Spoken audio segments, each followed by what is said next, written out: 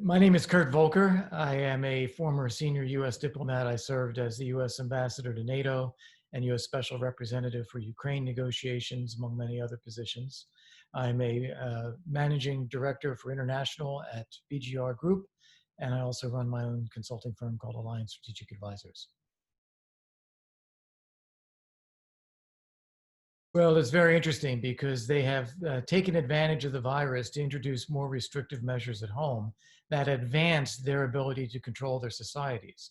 So things like limitations on free speech, limitations on gatherings beyond a certain number of people, restrictions on freedom of movement within societies, and a lot of surveillance by technical means to understand where people are, where they are going, who they are meeting with, how that is impacting any kind of societal behavior, even independent of the virus. And those are tools and methods that I think they are going to continue to use and extend even as we come out of the pandemic.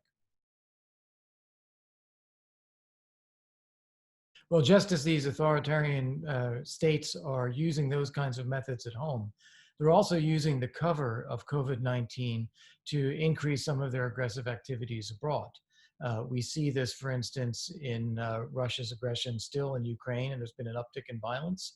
We see this in China's pressure on Hong Kong and really taking away the last vestiges of autonomy. We see it in China's increasing militarization of the South China Sea. We see this in some of the disinformation campaigns and election interference and cyber attacks that are going on throughout Europe and the United States from a variety of sources, whether it's North Korea or China or Russia or others. So there is a effort by authoritarian regimes to take advantage of this position. I'd also say that there is an advantage that they have coming out of this. Democracies are looking at how to protect themselves. We're putting up walls, we're putting up restrictions. We are thinking about how to protect our societies from outside influences as we try to build back up. And private sector companies have been hit hard. They've been facing economic pressure as a result of the economic shutdowns. They've had to lay off people. The government budgets have gone into deficit. And authoritarian regimes, often with state-owned enterprises and large capital reserves, may be able to take advantage of this as well, either by seeking to buy infrastructure or to position those companies to come out first out of the blocks. So I think that there's going to be a lot of challenges, both from a geopolitical and security sense, as well as an economic sense, facing the democracies of the world as they come out of this. NATO is going through a reflection process right now that has been launched by the Secretary General. In fact, I had a chance to brief that group yesterday. And NATO has had a collapsing, if you will, of its aperture on security threats over the years. It has gone from being the core link between Europe and North America on security of all kinds to really focusing on a narrower range of military threats. I think NATO needs to turn that around now. I think we need to realize that threats to our societies can come in many forms, not just military.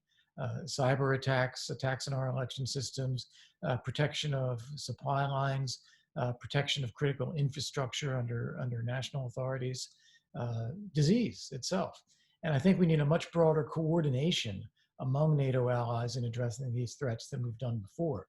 That's going to require member states of NATO to be willing and committed to bringing their issues and their concerns for consultation and coordination at the NATO table, much more so than has been done in the past.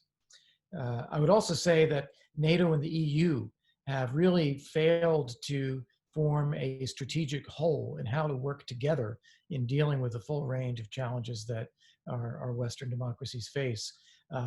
There are reasons for that, whether it's just differences over the role of Turkey or differences over Cyprus.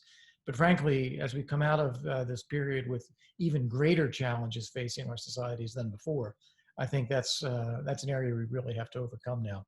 There shouldn't be that kind of NATO-EU division as in the past. Well, this is an area as well. I think, as I mentioned, if you have authoritarian states and state-run enterprises really trying to push themselves forward in the immediate post-corona period, I think it's time that the Western market economies pull themselves together much more effectively than we've done thus far. I'd suggest in a transatlantic area, we should be looking at something called a transatlantic investment growth and resilience pact, where we can have an emphasis on increasing investment, stimulating growth on a multi-country basis rather than putting up walls around national economies, and looking at resilience in the sense that we ought to be sourcing supply chain and key inputs into our economies from within that group of countries rather than relying on outside actors that may be less reliable. And we should be looking at making sure that the critical infrastructure, including technology and 5G, rests in the hands of a reliable set of countries as well within that democratic group. That doesn't need to be limited to a transatlantic marketplace. I think it can be much bigger than that to include democracies and market economies in Asia and Southeast Asia, or even India. But I think that it can begin with a very robust US-EU coordination. Several things have changed as a result of the coronavirus. The first is that everything else that we had been talking about is now off the agenda, and we are only talking about things that relate to that. Whether we are doing a good job in preventing a resurgence of the disease, whether we are effectively opening up the economy so that people are getting their jobs back. And we had, as you know, protests and riots in the United States on racial lines, which I believe were fueled by the frustration felt in society overall as a result of the coronavirus.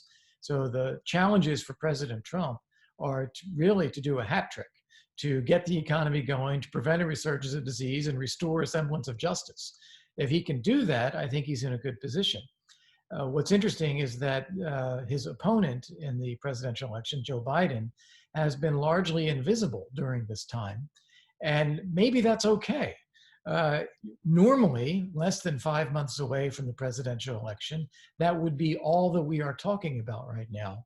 And it's not the case. But because Joe Biden has little ability to influence things right now, and we are still in the middle of the summer, there's no real urgency for him to do that. I think at the end of August, early September, as people start to come back from whatever semblance of summer we have and begin to focus again on work, on the economy, on travel, and on the election itself, that's when I think he needs to emerge. And it'll really be a referendum on how President Trump has handled these challenges by the time we reach November.